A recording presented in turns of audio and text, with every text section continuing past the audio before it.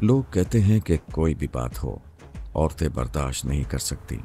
یہ سراسر ایک بہتان ہے جو ہماری صنف پر لگایا جاتا ہے، اور اگر آپ 5 منٹ میری باتوں پر توجہ دے سکیں تو میں ابھی ثابت کر سکتی ہوں۔ لیکن اس سے پہلے کہ میں کچھ بیان کروں، بہتر ہوگا کہ اپنے بارے میں تھوڑی سی تفصیل بتاتی چلوں۔ میرا نام ولما ہے اور میرا تعلق ایک انتہائی معزز اور شریف خاندان سے ہے، لیکن نہیں، بہتر ہوگا کہ میں حقیقت بیانی سے کام لوں۔ اصل میں میرا نام ایلسی اسٹریونس ہے، لیکن میں اتنے مختلف نام وقتاً فوقتاً اختیار کرتی رہی ہوں کہ اگر آپ اچانک کسی وقت مجھ سے میرا نام پوچھ بیٹھیں تو مجھے چند لمحے غور کرنا پڑے گا کہ میں اس وقت کس نام سے معروف ہوں۔ جہاں تک اس داستان کا تعلق ہے جو میں آپ کو سنانے والی ہوں، تو آپ مجھے ولما ہی سمجھیں۔ جنگ بڑی عجیب چیز کا نام ہے جو زندگی اور اس کے تمام معمولات کو الٹ پلٹ کر رکھ دیتی ہے۔ میں اور کارلوس بھی اس کے تباہ کن اثرات سے محفوظ نہیں رہے تھے۔ کارلوس میرے مقابلے میں کہیں زیادہ متاثر ہوا تھا، اور میرا خیال ہے کہ وہ ابھی تک کسی جائے پناہ کی تلاش میں بھاگ ہی رہا ہوگا۔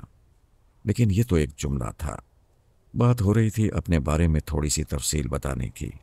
تو میری عمر 33 سال ہے، اور لوگ کہتے ہیں کہ میں حسین ہوں، بلکہ بے حد حسین ہوں۔ لوگ ہمیشہ جھوٹ نہیں بولا کرتے۔ کارلوس کا کہنا ہے کہ میری شخصیت بڑی کشش انگیز ہے، نہ صرف دیکھے جانے کے قابل بلکہ مسلسل دیکھے جانے کے قابل۔ قد 5 فٹ 8 انچ، شریرہ متناسب جسم، دل فریب خد و خال، سریلی آواز، اچھے لباس کی بے حد شوقین ہوں اور ہر لباس کو اچھی طرح سے پہننا جانتی ہوں۔ جہاں تک اخلاقی قدروں کا تعلق ہے، مجھے ان سے کبھی بھی زیادہ دلچسپی نہیں رہی۔ میں نے کبھی ایسے مرد کو جسے میں خود پسند نہیں کرتی پیار کرنے کی اجازت نہیں دی، یا یوں کہیے کہ عام طور پر نہیں دی، الا یہ کہ اس کا بینک بیلنس بھاری بھرکم ہو۔ امید ہے اس وضاحت سے آپ مجھے کافی حد تک سمجھ گئے ہوں گے۔ اکتوبر کی ایک صبح کا ذکر ہے کہ میں اپنے معمولی سے کمرے میں بیٹھی ہوئی تھی۔ جس عمارت کا یہ کمرہ تھا وہ اس سے بھی زیادہ معمولی تھا، اور یہ عمارت جس علاقے میں واقع تھی وہ، خیر چھوڑیے، جانے دیجیے۔ میں بیٹھی ہوئی اپنی پریشان کن حالات پر غور کر رہی تھی کہ اچانک فون کی گھنٹی بجنے لگی۔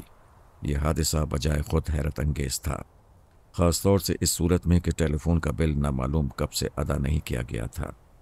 میں نے ریسیور اٹھایا تو کارلوس بات کر رہا تھا۔ میں یہاں کارلوس کے بارے میں تفصیلات بتا کر آپ کو بور نہیں کروں گی، سوائے اس کے کہ وہ بہت تیز آدمی تھا، بہت ہوشیار اور ذہین، دولت مند بھی تھا، اور یہ دولت اس نے عجیب و غریب طریقوں سے جمع کی تھی۔ میں اور کارلوس متعدد مواقعوں پر ایک دوسرے کے ساتھ مل کر کام کرتے رہے تھے۔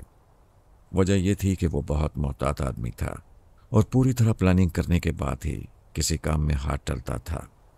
ہیلو ایلسی، کیسی گزر رہی ہے؟ وہ پوچھ رہا تھا۔ گزر نہیں رہی ہے، گزر چکی ہے، میں نے جواب دیا۔ تمہیں میرا فون نمبر کہاں سے معلوم ہوا؟ میکس کے باس سے۔ یہ بتاؤ کہ آج کل مالی حالات کیسے ہیں؟ مال ہی نہیں ہے تو حالات کیسے ہوں گے؟ میں نے کہا۔ آخری 3 چیک کسی بیلنس کے بغیر کاٹے گئے ہیں، تمام زیورات گروی پڑے ہیں، اور میں سوچ رہی ہوں کہ اس فلیٹ میں کب تک گرفتاری کے خطرے کے بغیر رہا جا سکتا ہے۔ لیکن تمہیں میرے حالات سے دفتن اتنی دلچسپی کیوں پیدا ہو گئی ہے؟ اس لیے کہ میں نے ایک اور کام سوچا ہے، کارلوس نے جواب دیا۔ آج رات مجھ سے سوائے ہوٹل میں ملو، ہم کھانا کھاتے ہوئے باتیں بھی کرتے جائیں گے، اور ہاں، ذرا شاندار لباس پہن کر آنا۔ ضرور، میں نے طنزیہ لہجے میں کہا۔ لیکن میں سوائے ہوٹل تک پہنچوں گی کیسے؟ بس پر؟ اوہ ہو، کارلوس نے سیٹی بجائی۔ تو نوبت یہاں تک آ پہنچی ہے۔ خیر کوئی بات نہیں، میں کسی کے ہاتھ کچھ رقم پیشگی بھجوانے کا انتظام کرتا ہوں۔ ذرا ٹھاٹ سے آنا، پورے ساز و سامان سے لیس ہو کر، کسی کو شکار کرنا ہے۔ کیا پھر کوئی رومان وغیرہ کا چکر چلا رہے ہو؟ میں نے پوچھا۔ کون ہے وہ؟ کوئی گارڈ کا پورا بزنس مین ہے؟ تم آؤ تو صحیح۔ وہ لاجواب اسکیم سوچی ہے کہ بقول شخص سے دولت کی بارش ہو جائے گی۔ کیسی دولت؟ کتنی دولت؟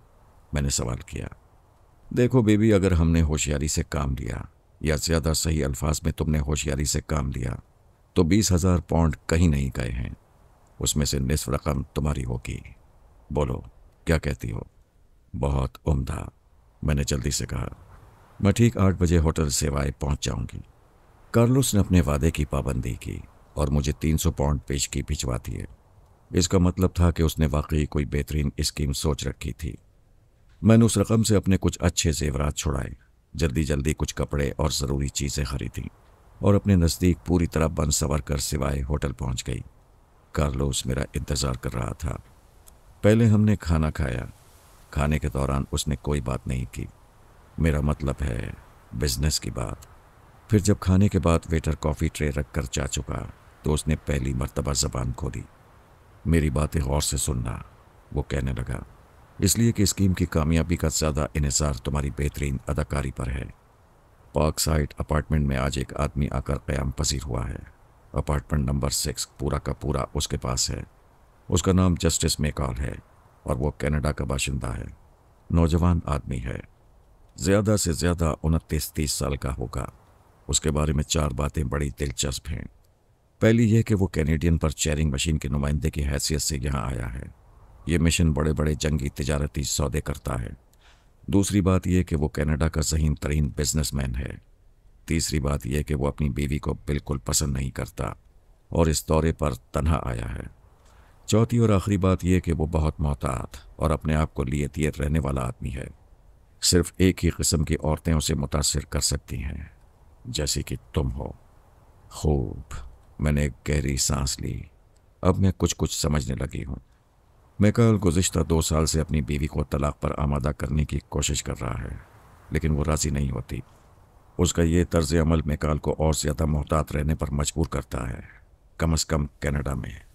लेकिन यहाँ हालात मुख्तलिफ हो सकते हैं। अभी तुमने 20,000 पाउंड की कोई बात नहीं की है, मैंने कहा। हाँ, वो भी सुन लो, कार्लोस ने जवाब दिया। मेरा ख्याल है कि अगर तुम मैकॉल को वाकई फांसने में कामयाब हो जाओ तो इस हकीकत को राज रखने के लिए बड़ी से बड़ी कीमत अदा कर सकता है, ख़ास तौर से मौजूदा हालात में, जबकि वो एक बड़े सौदे की तकमील के सिलसिले में यहाँ आया हुआ है। ये मुआहदा कनाडा, अमेरिका और उस मुल्क की हुकूमतों के दरमियान होने वाला है। ऐसे मौक़ों पर मैकॉल अपने ख़िलाफ़ कोई स्कैंडल बर्दाश्त नहीं कर सकता, और फिर ऐसी सूरत में जबकि तुम शादीशुदा औरत हो। लेकिन मैं शादीशुदा तो नहीं हूँ।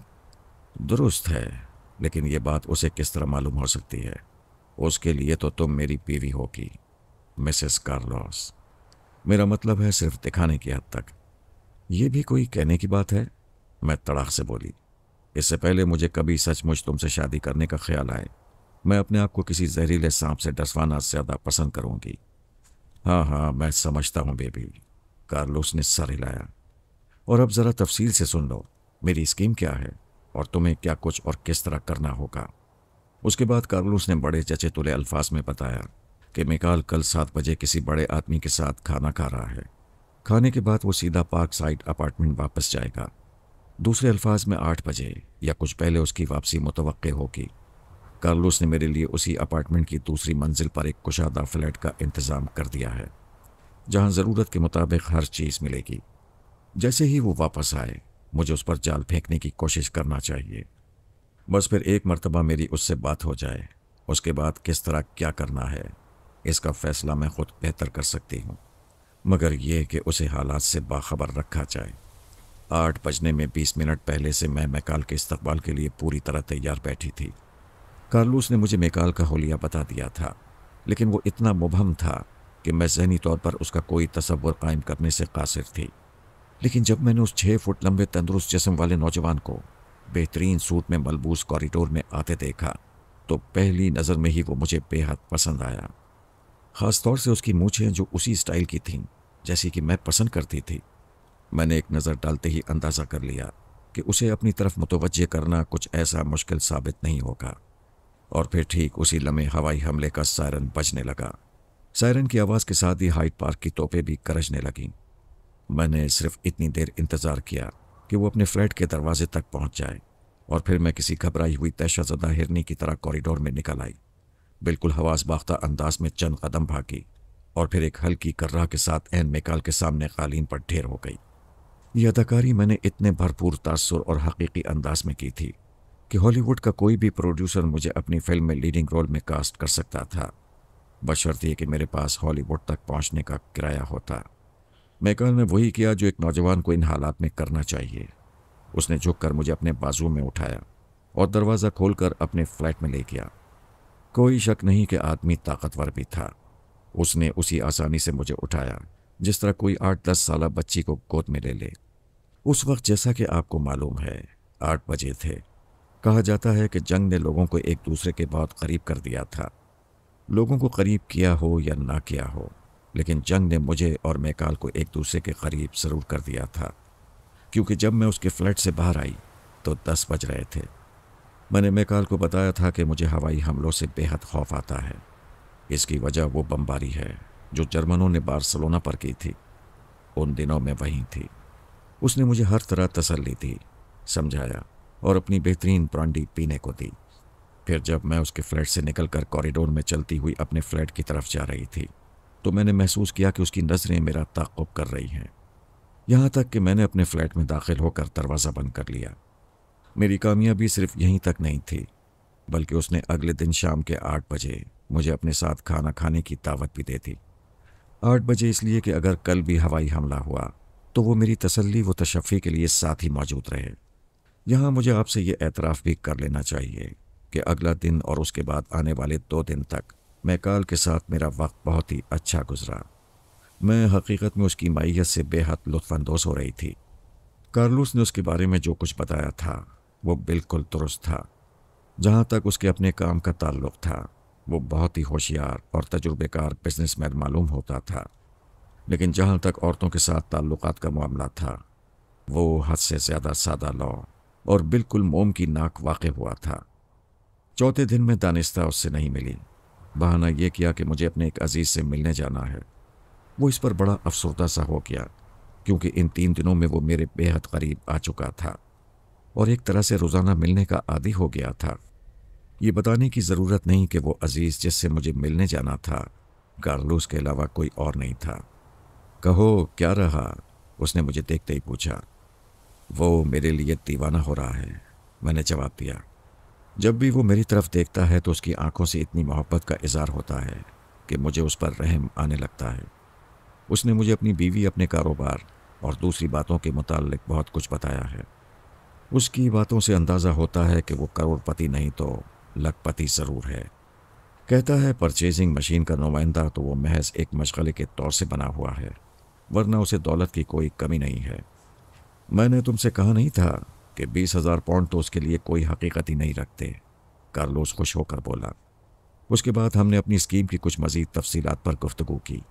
हम दोनों को अपनी कामयाबी का पूरा यकीन था। अगली शाम मैंने मैकाल के साथ गुजारी। खाने से फारिग होकर हम पार्क साइड अपार्टमेंट वापस आ गए।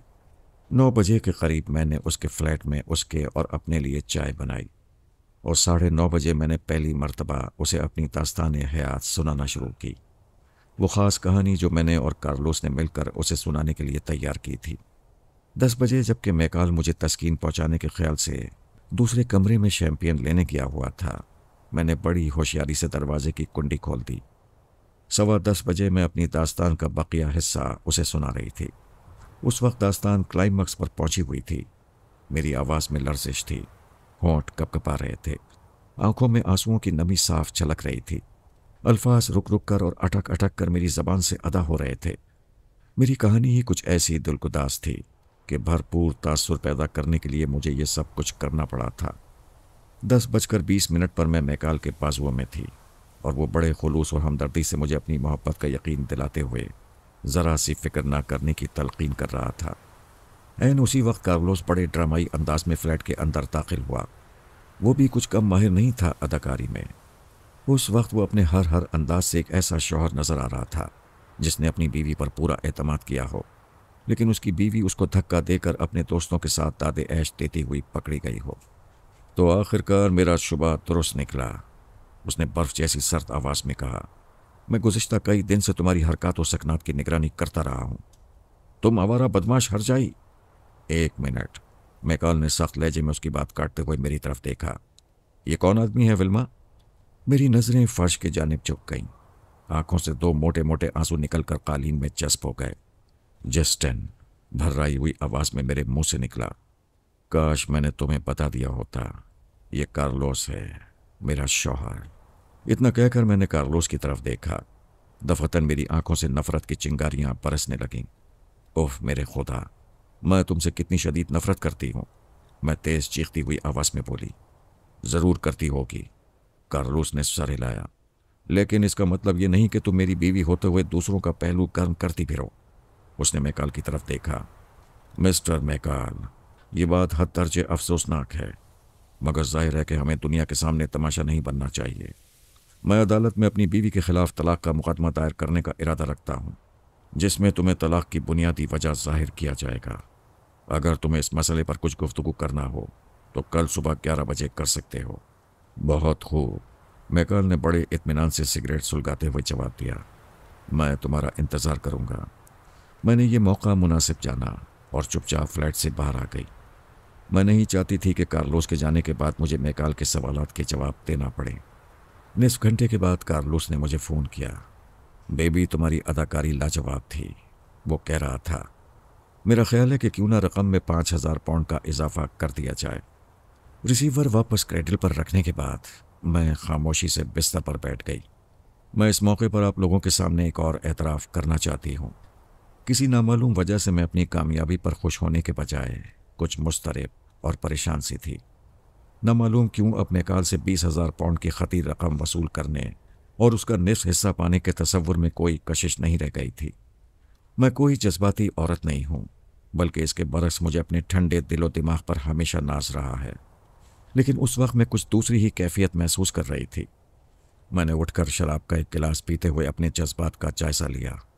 क्या मुझसे कहीं कोई गलती हो गई है? और फिर यकबार की एक ज़बरदस्त जज्बाती सदमे के साथ हकीकत हाल मुझ पर वाज़ेह हो गई। अपनी ज़िंदगी में पहली और शायद आखिरी मर्तबा मैं सचमुच किसी मर्द की मोहब्बत में गिरफ्तार हो चुकी थी। मुझे मैकाल से मोहब्बत हो गई थी। मैं एक इस्तराब के आलम में उठकर खड़ी हो गई और बेताबी के साथ कमरे में इधर से उधर टहलने लगी। टहलती रही, सोचती रही, यहाँ तक कि पूरा 1 घंटा मुझे इस जज्बाती कशमकश में गुजर गया कि अब मेरा आइंदा इक़दाम क्या होना चाहिए। आखिरकार मैं एक हतमी फ़ैसले पर पहुँच गई, और वो फ़ैसला ये था कि मुझे सब कुछ मैकाल को बता देना चाहिए, हाँ इसके नतीजे में कार्लोस कितना ही बिगड़े और खफा हो। आइंदा मुझे अपनी किसी स्कीम में शरीक ना करे, हाँ मुझे फिर उसी मुफलिसी की हालत में क्यों ना वापस जाना पड़े। मुझे अब किसी बात की कोई परवाह ना थी। आधी रात को मैंने अपना कीमती लिबास उतार कर एक सादा सा सिया रंग का सूट पहन लिया, फिर अपनी तमाम चीज़ें पैक की। इससे फारिग होकर फ्लैट से बाहर निकली और मैकाल के दरवाजे पर दस्तक दी। उसने फौरन ही दरवाज़ा खोल दिया। मुझे देखते ही उसके होंठों पर एक हल्की सी हमदर्दाना मुस्कुराहट आ गई। जस्टिन, मैंने आहिस्ता मगर मजबूत लहजे में कहा, मैं तुमसे कुछ बातें करने आई हूँ। मैं 15 मिनट से ज़्यादा तुम्हारा वक्त नहीं लूँगी। इसके बाद गालिबन तुम मुझे धक्के देकर अपने फ्लैट से बाहर निकाल दोगे। लेकिन जब तुम ऐसा करोगे तो सच जानो, मैं इस वक्त के मुकाबले में कहीं ज़्यादा मसरूर और मुतमईन होंगी। खुदा के लिए इसे कोई मजाक मत समझना। डार्लिंग, मैं भला तुम्हारी किसी बात का मजाक उड़ा सकता हूँ? मैकाल ने बड़ी मोहब्बत से जवाब दिया। अंदर आ जाओ, मैं खुद तुम्हारे बारे में बेहद फिक्रमंद और परेशान हूँ। और ये तुमने कपड़े कैसे पहन रखे हैं? इसकी एक वजह है, मैंने अंदर आते हुए कहा। तुमसे गुफ्तगू करने के बाद मैं हमेशा के लिए यहाँ से रुखसत हो रही हूँ। नहीं नहीं, तुम कहीं नहीं जा सकती, मैकाल ने बड़ी खुद एतमादी से कहा, और फिर होटल के रूम सर्विस को फ़ोन करके बेहतरीन किस्म की चाय भेजने के लिए कहा। चाय आई और पी गई।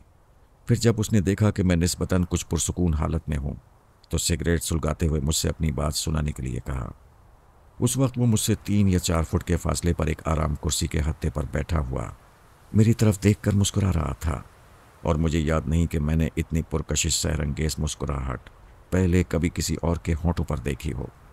मैंने शुरू से आखिर तक पूरी कहानी हर्फ बा हर्फ सुना डाली। अपने बारे में, कार्लोस के बारे में, सब कुछ पूरी तफसील से कह सुनाया। वो बड़े इत्मीनान और दिलचस्पी से मेरी बातें सुनता रहा। अब जबकि तुम सारी हकीकत से वाकिफ हो चुके हो, बताओ तुम क्या करना चाहते हो? मैंने आखिर में पूछा। आया तुम मुझ पर एहसान करते हुए मुझे सिर्फ यहाँ से निकल जाने का हुक्म दोगे, या फिर पुलिस को फ़ोन करके मुझे गिरफ्तार कराने का इरादा है? मैं ये कुछ भी नहीं करूँगा, मैकाल ने जवाब दिया। तुम्हें जो कुछ कहना था कह चुकी। अब जो कुछ मैं कहना चाहता हूँ उसे तवज्जो से सुनो। میرے خیال میں تم ایک بہت ذہین اور ہوشیار عورت ہو۔ کارلوس بھی خاصا عقل مند آدمی ہے، لیکن تم دونوں ایک اہم بات نظر انداز کر گئے۔ تم میں سے کسی نے یہ نہیں سوچا کہ میری جیسی ذمہ دار پوزیشن پر کوئی آدمی اس لیے نہیں پہنچتا کہ وہ اول درجے کا احمق اور سادہ لو ہو۔ تمہیں یہ سن کر حیرت نہیں ہونا چاہیے کہ میں شروع ہی سے تمہاری اور کارلوس کی حقیقت سے واقف تھا۔ تم سے پہلے کینیڈا اور امریکہ میں بھی مختلف عورتوں نے مختلف مقاصد کے لیے مجھ سے قریب ہونے کی کوشش کی ہے، جس سے عام طور پر ان کا مطلب یہ ہوتا ہے کہ وہ اس معاہدے اور سودے کی تفصیلات سے واقف ہو سکیں جس پر میں اس وقت کام کر رہا ہوتا ہوں۔ چنانچہ میرا یہ معمول ہے کہ جب بھی کوئی خوبصورت مگر اجنبی عورت میرے راستے میں آتی ہے تو میں اس کے بارے میں اپنے طور پر ضروری معلومات ضرور حاصل کر لیتا ہوں۔ او میرے خدا، بے اختیار میرے منہ سے نکل گیا، لیکن اس بات سے کوئی فرق نہیں پڑتا۔ میکال نے اپنی گفتگو جاری رکھتے ہوئے کہا، میرے نزدیک جس بات کی واقعی اہمیت ہے وہ یہ ہے کہ تم خود چل کر میرے پاس آ گئیں اور کسی جبر و کرہ کے بغیر اپنی مرضی سے ساری بات سچ سچ بیان کرتی۔ تمہیں یقین تھا کہ اس کے بعد میری نظروں میں تمہاری کوئی عزت نہیں رہے گی۔ تم جانتی تھیں کہ اگر میں نے بہت شرافت سے کام لیا تو تمہیں فلیٹ سے باہر نکال دوں گا، ورنہ دوسری صورت میں تمہیں پولیس کی حراست میں بھی دے سکتا ہوں۔ صرف یہی ایک بات ظاہر کرتی ہے کہ تمہیں مجھ سے کتنی بے پایا محبت ہے، یہاں تک کہ تم اس محبت کی خاطر کارلوس کی دشمنی اور گرفتاری کا خطرہ تک مول لینے کے لیے تیار ہو گئی، صرف اس لیے کہ اپنے نزدیک مجھے بلیک میل ہونے سے بچا سکو۔ اور میرے نزدیک یہ بڑی اہم بات ہے۔ وہ کیوں؟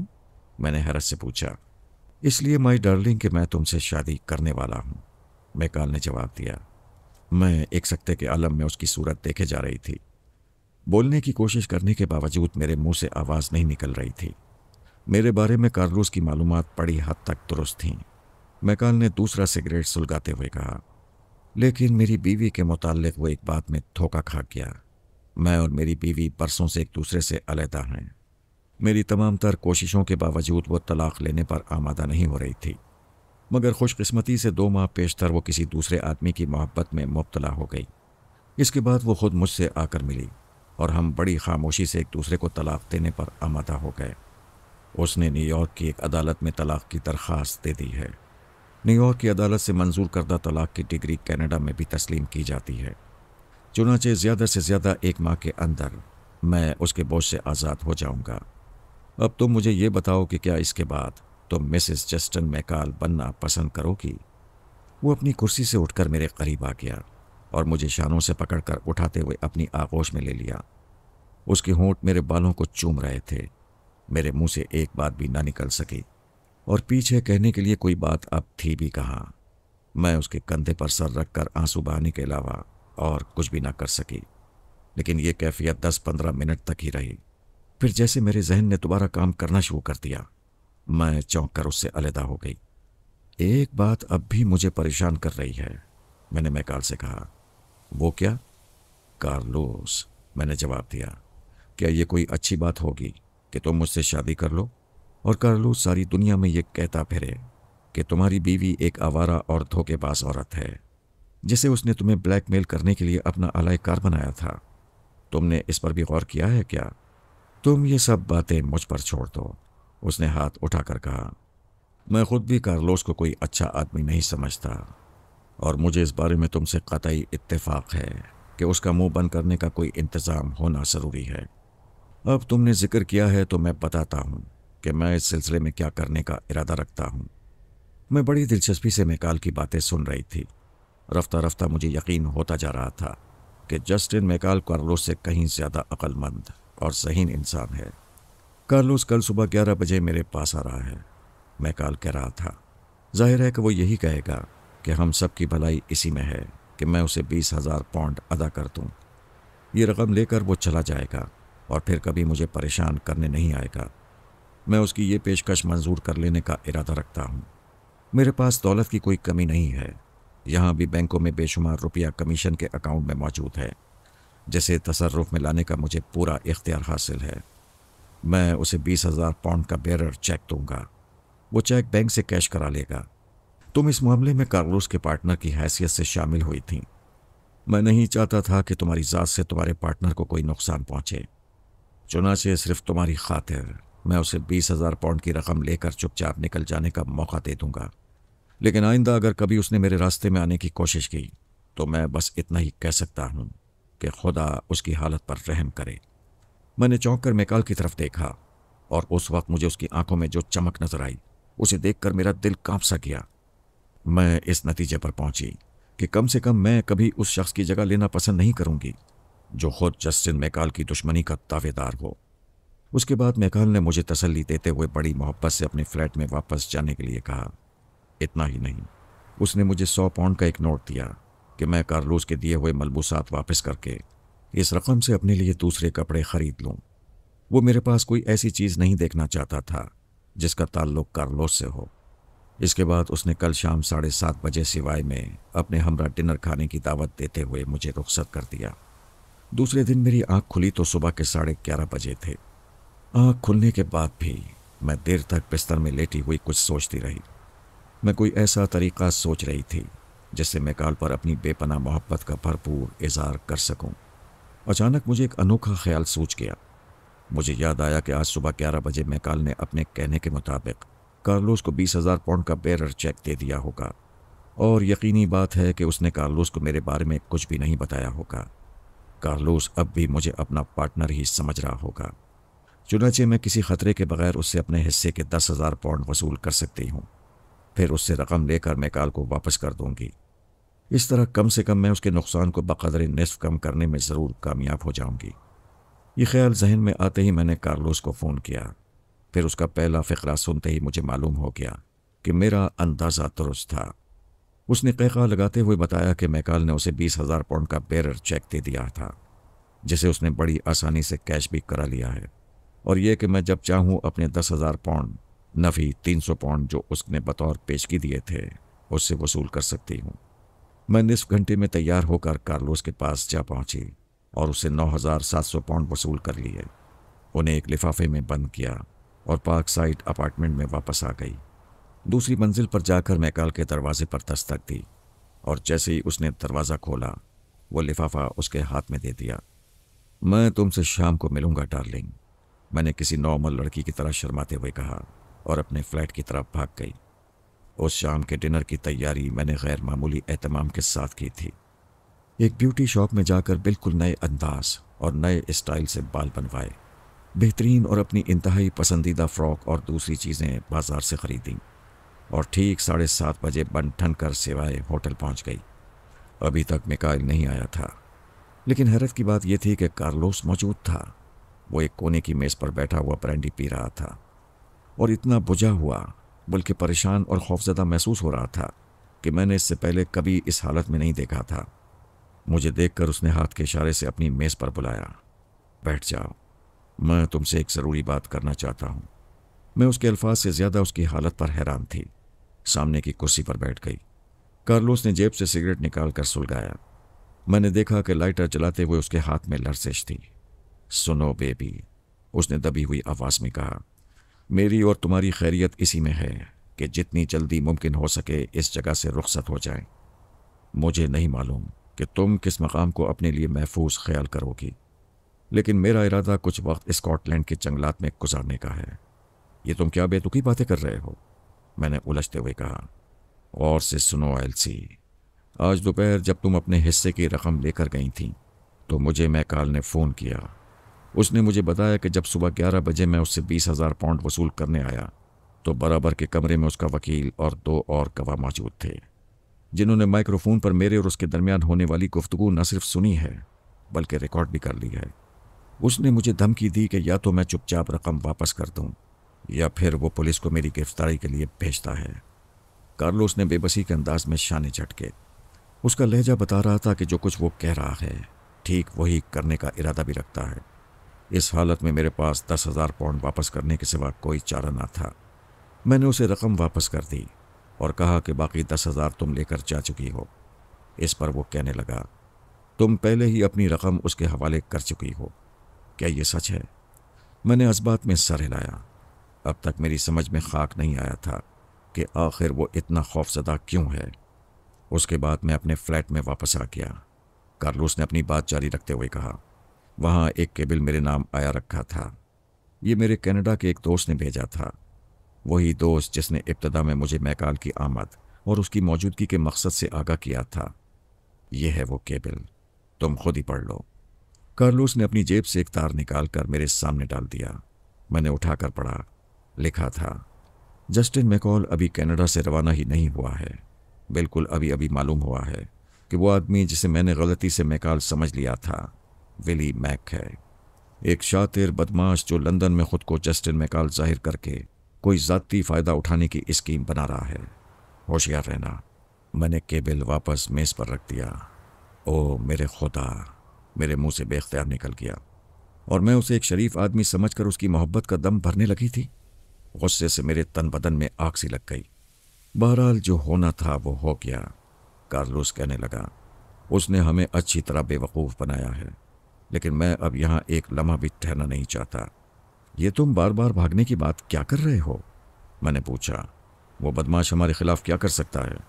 क्या तुम अब भी नहीं समझ सकी कि हमने कितनी बड़ी हिमाकत की है?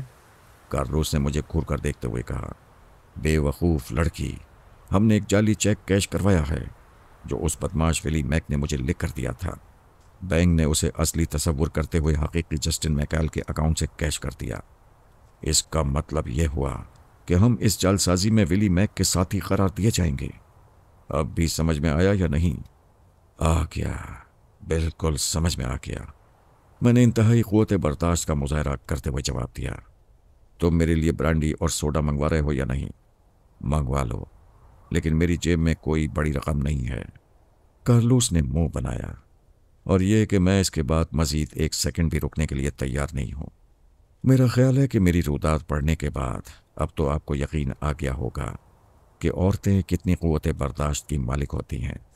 ज़िंदगी की पहली और आखिरी मोहब्बत की शिकस्त और नाकामी का सदमा कम नहीं होता, जानलेवा और कर्बनाक, लेकिन मैं इसको बर्दाश्त कर चुकी हूँ।